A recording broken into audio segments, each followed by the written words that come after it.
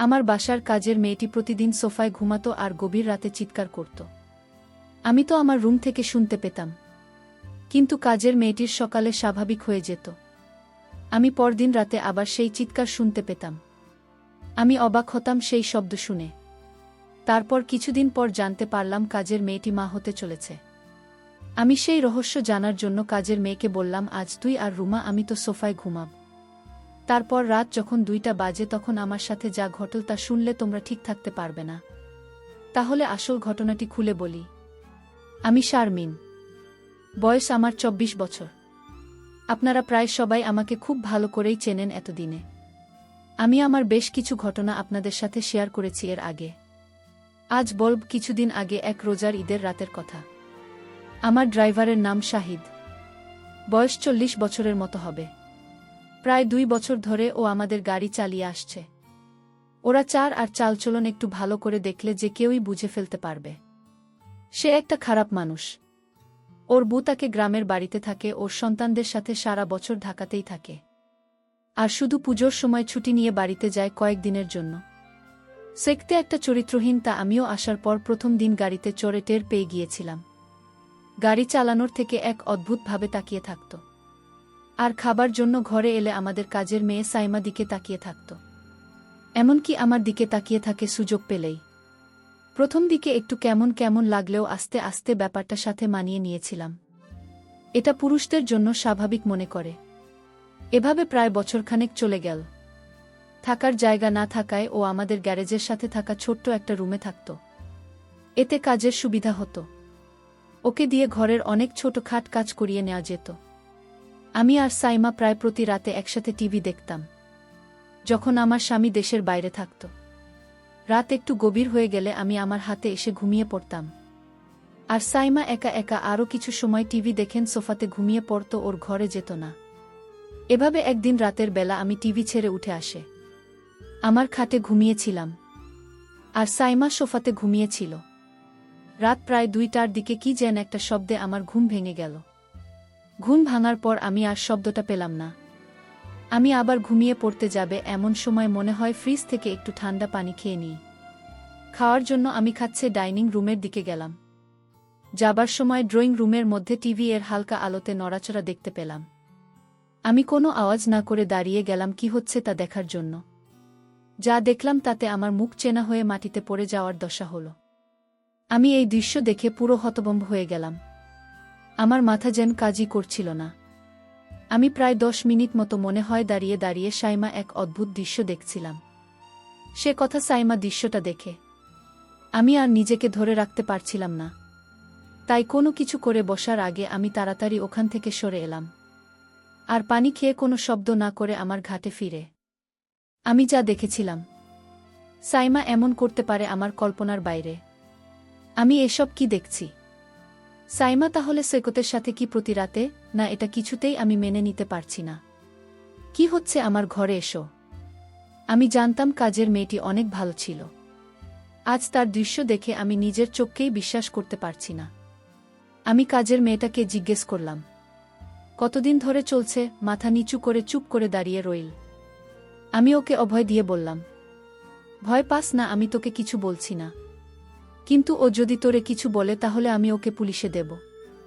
সাইমা তখন হতচকিত হয়ে বলল, না আপা, সৈকত আঙ্কল আমাকে জোর করে কিছু বলে নাই। আমি তো ওকে বলেছি আমরা প্রায় 2 মাস ধরে আমাদের চলেছে। আমি ওর কথা শুনে অবাক হয়ে গেলাম। একটু পরে ওকে বললাম, কি বলছিস? তোর বাপের বয়সী একটা লোকের সাথে 2 মাস ধরে? ওকে তো তুই কাকা বলে ডাকিস, তার উপরও একজন হিন্দু গো।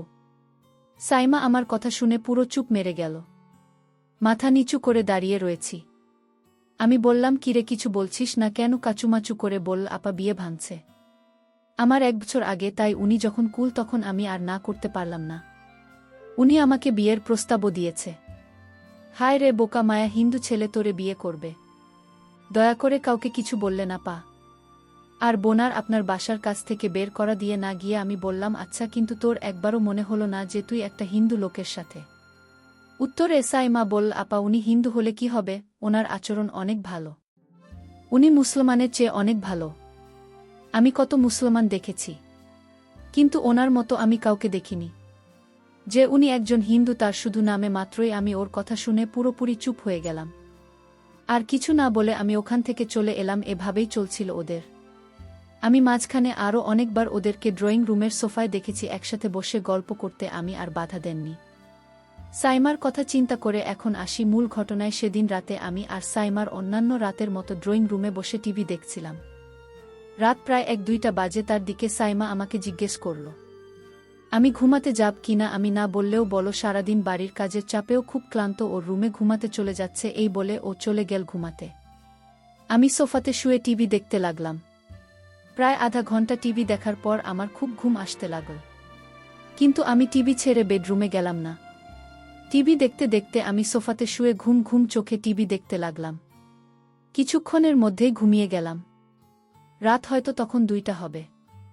হঠাৎ একটা শব্দের কারণে আমার ঘুম ভেঙে গেল। ঘুম ভাঙার পর আমার কয়েক মুহূর্ত সময় লাগল।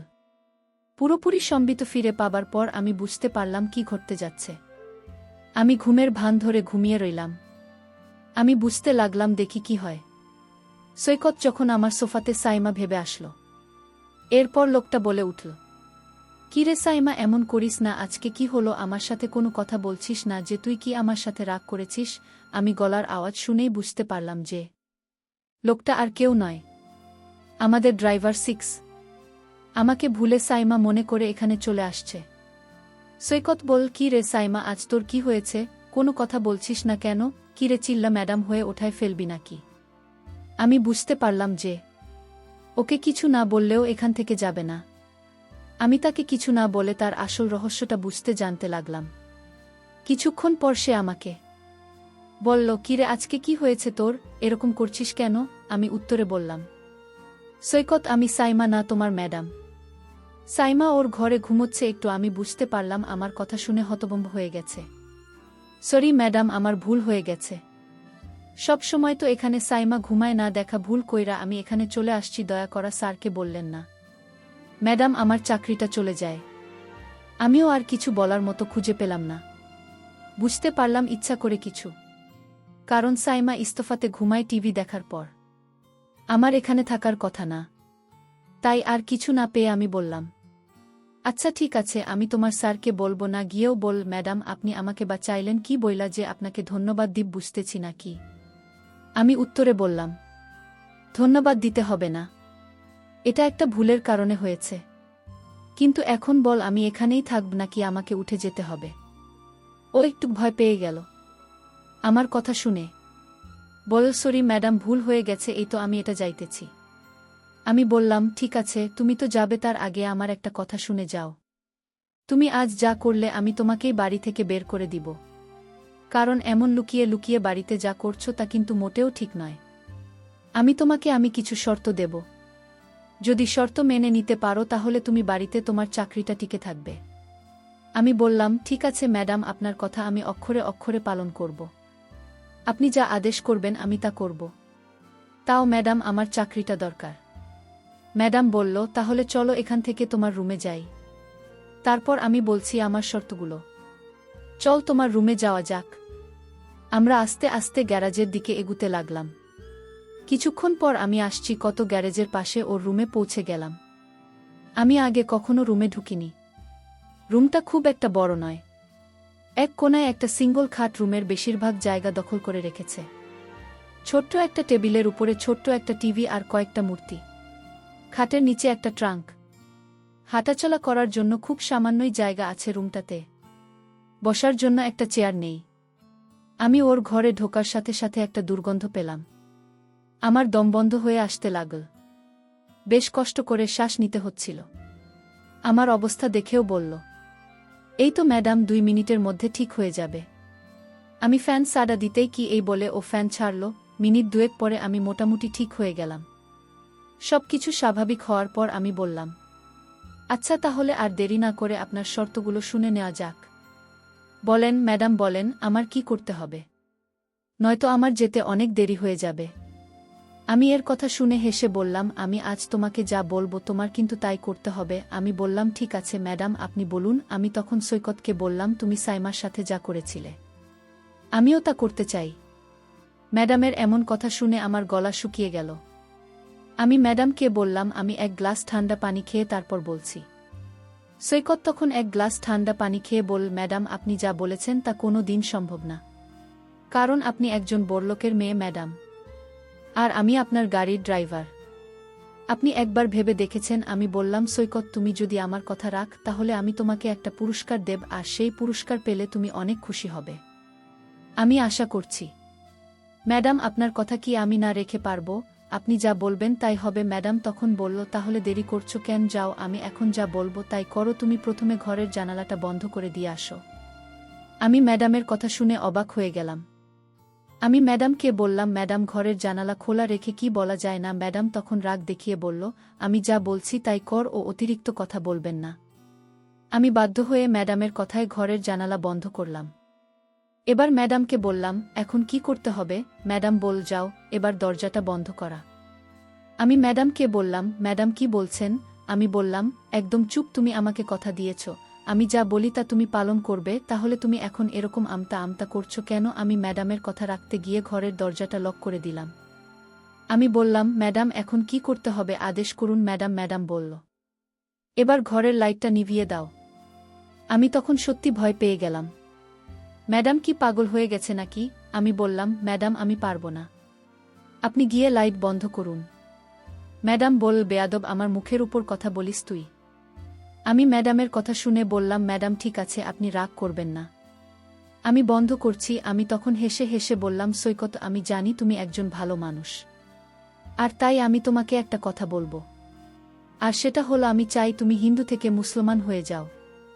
যদি তুমি হিন্দু থেকে মুসলমান হও তাহলে তোমার সাইমাকে আমি তোমার সাথে দিয়ে দিব। আর সাইমা যেহেতু মুসলিম আর তাই তার বাবা এটা মেনে নেবে না। আমি ম্যাডামকে বললাম, ম্যাডাম কিন্তু। আমি বললাম, কোনো কিন্তু না, তুমি আমায় আগে কথা দিয়েছ আমার কথা রাখবে।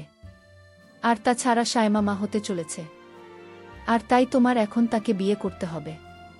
আর তোমার ঘরে আমি আসার কারণ হচ্ছে আমি তোমাকে পরীক্ষা করেছিলাম তুমি ভালো না খারাপ। আসলে তুমি একজন ভালো মানুষ, তুমি আমার পরীক্ষায় পাশ করলে।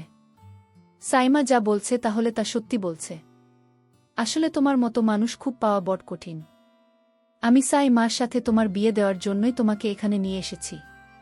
সৈকত বলল, ম্যাডাম আপনার যা ভালো মনে হয় তাই করেন। প্রিয় বন্ধুরা, গল্পটি ভালো লাগলে অবশ্যই কমেন্ট করে জানাবেন।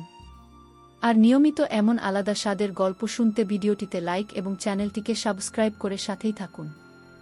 আর হ্যাঁ, নোটিফিকেশন বেলটি অল করে রাখবেন, যাতে পরবর্তী গল্প সবার প্রথমে আপনাদের কাছে পৌঁছে যায়। ধন্যবাদ বন্ধুরা, ধন্যবাদ সবাইকে।